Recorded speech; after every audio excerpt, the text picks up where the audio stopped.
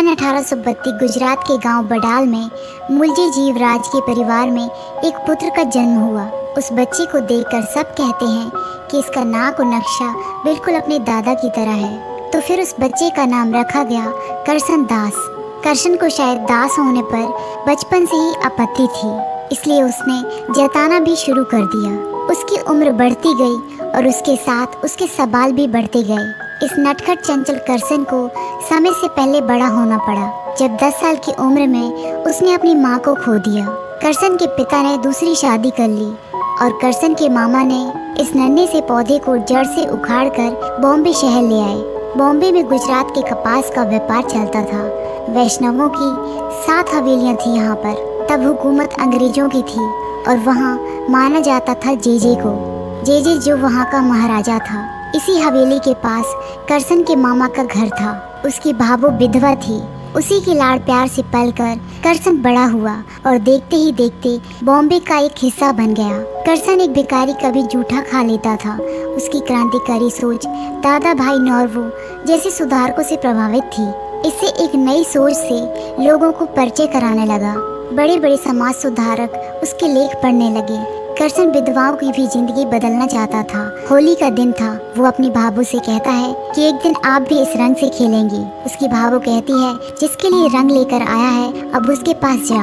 सगाई के बाद उसने बहुत इंतजार किया है तुम्हारा, अभी दिन है तुम्हारे और फिर शादी के बाद सब कुछ बदल जाएगा। वो कहता है आप ऐसा क्यों कहती हैं? वो कहती है उड़ती लटे घूंघट में बदल जाती हैं और अब तू जा, किशोरी को और इंतजार मत करा। जब करसन अपनी मंगेतर किशोरी के पास उसे रंग लगाने जाता है तो किशोरी उसे रंग लगाने से मना कर देती है। वो कहती है आज जेजे महाराज आने वाले हैं। वो जेजे महाराज को बहुत मानती है और जब तक वो रंग नहीं लगा लेते हम किसी से रंग नहीं लगवाएंगे। फिर करसन भी उसे जाने देता है। पूरा गांव जेजे के सामने रंगों के साथ खेलता है। जेजे की नजर किशोरी पर पड़ती है और वो चरण सेवा का अवसर किशोरी को दे देता है। इस बात से किशोरी और उसकी माँ बहुत खुश थे क्योंकि उनका सोचना था कि ये अवसर किसी किसी के नसीब में होता है। वो इसे अपना सौभाग्य मानती है। किशोरी जेजे के पास चली जाती है। करसन उसे ढूंढता हुआ वहाँ आ जाता है। वो जेजे के मंत्री से कहता है कि मैं किशोरी का मंगेतर हूँ, मुझे अंदर जाने दें।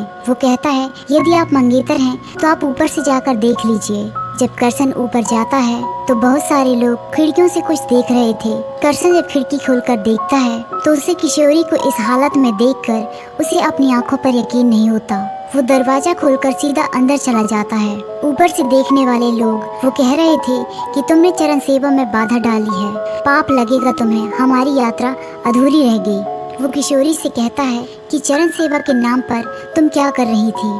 तुमसे मुझे ये उम्मीद नहीं थी, अब तुम घर चलो। जेजे उससे कहता है कि ये परंपरा है। जेजे किशोरी से कहता है कि आप जाना चाहती हैं तो यहाँ से जा सकती हैं। किशोरी करसन से कहती है कि आप जाओ, मैं आ जाऊंगी।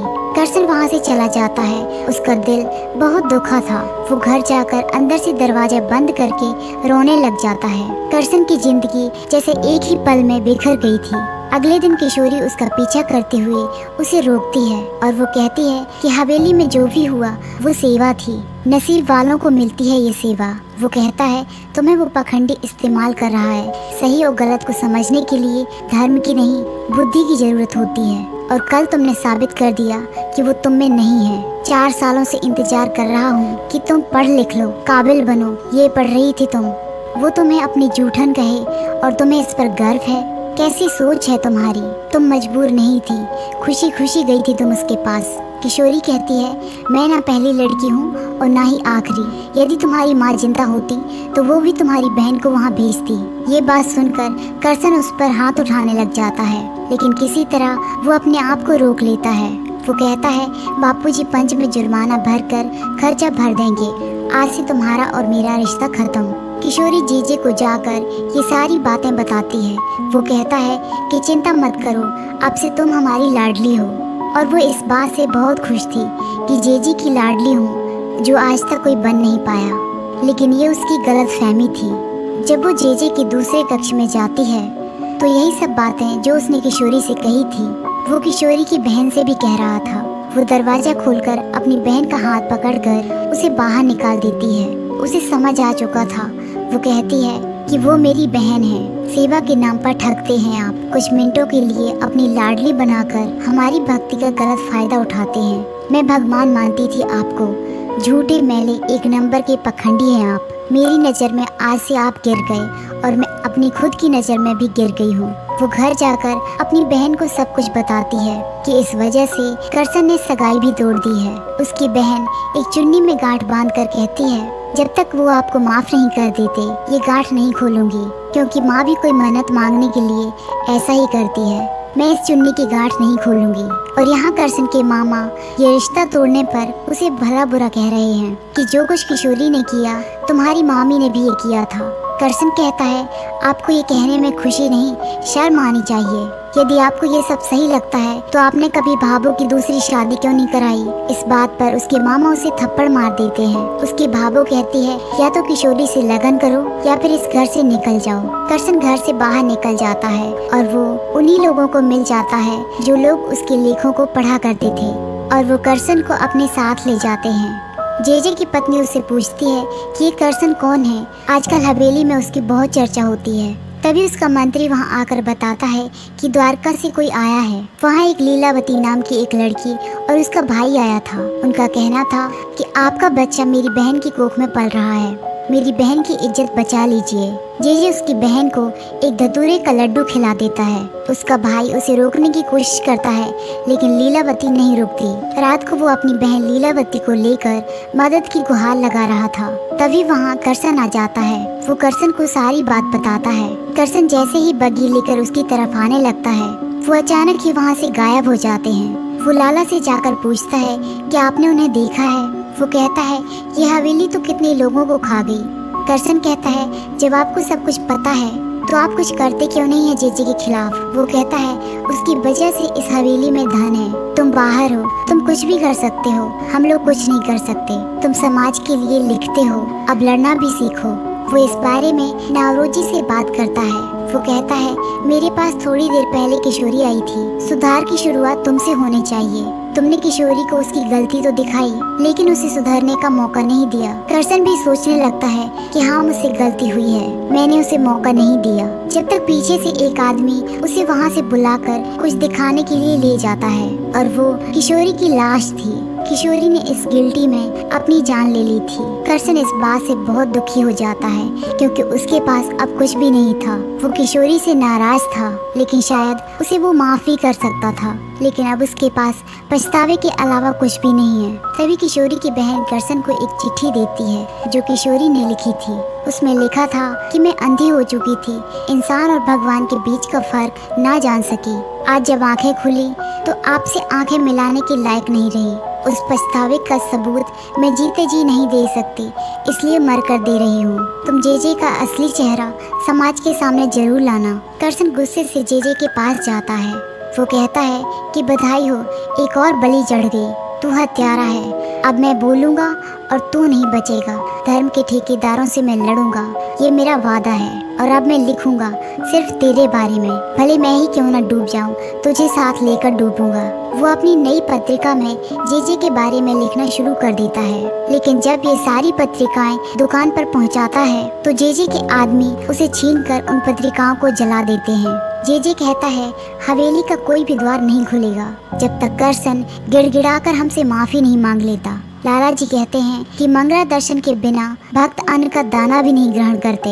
अगली सुबह हवेली के द्वार ना खुलने पर लोगों का गुस्सा जमकर फूट रहा था। तभी वहाँ करसन आ जाता है। वो लोगों को समझाता है कि आप लोगों ने इन हवेली वालों को बहुत ज्यादा बढ़ावा दिया है। तुम लोगों को हवेली की जरूरत नहीं है, इन हवेली वालों को तुम्हारी जरूरत है। और यही तो कहते हैं कि भगवान हर जगह है, तो फिर इस फोटो के दर्शन करके अन्न ग्रहण कर लो।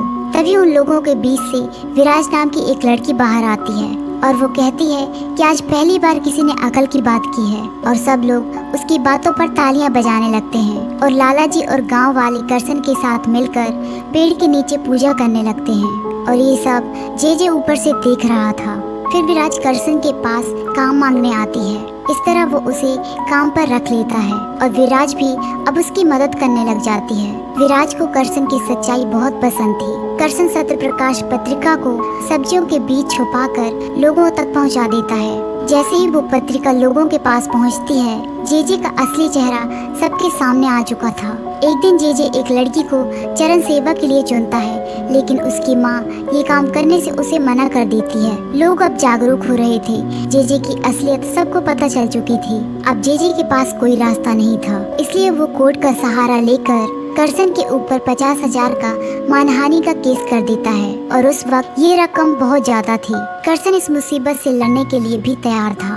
वो गवाही देने के लिए कुछ लोगों को भी तैयार कर लेता है, लेकिन जेजे के आदमी उन्हें धमकी देने लग जाते हैं कि उन्हें उनकी बिरादरी से निकाल दिया जाएगा। इस वजह से वो लोग गवाही देने से इनकार कर देते हैं और पीछे हट जाते हैं। करसन बहुत ही परेशान बैठा था। तभी उसके पास जेजे की पत्नी वहाँ आती है। वो जेजे से बहुत परेशान थी, इसलिए वो करसन का साथ देना चाहती थी। वो उसे एक पता देती है और कहती है कोई है जो जेजे के खिलाफ गवाही दे सकता है। करसन उस पते पर जाता है तो वहाँ लीलावती और उसका भाई मिलता है। लीलावती वही लड़की है जिसकी उस रात करसन मदद करने की कोशिश कर रहा था और वो अचानक गायब हो गए थे। दरअसल उसे जेजे ने धतूरे का लड्डू खिलाकर उसे मारना चाहा था, लेकिन उसकी पत्नी ने उसे नमक का पानी पिलाकर उसे उल्टियाँ कराई और लीलावती और उसके भाई को यहाँ छुपने को कहा।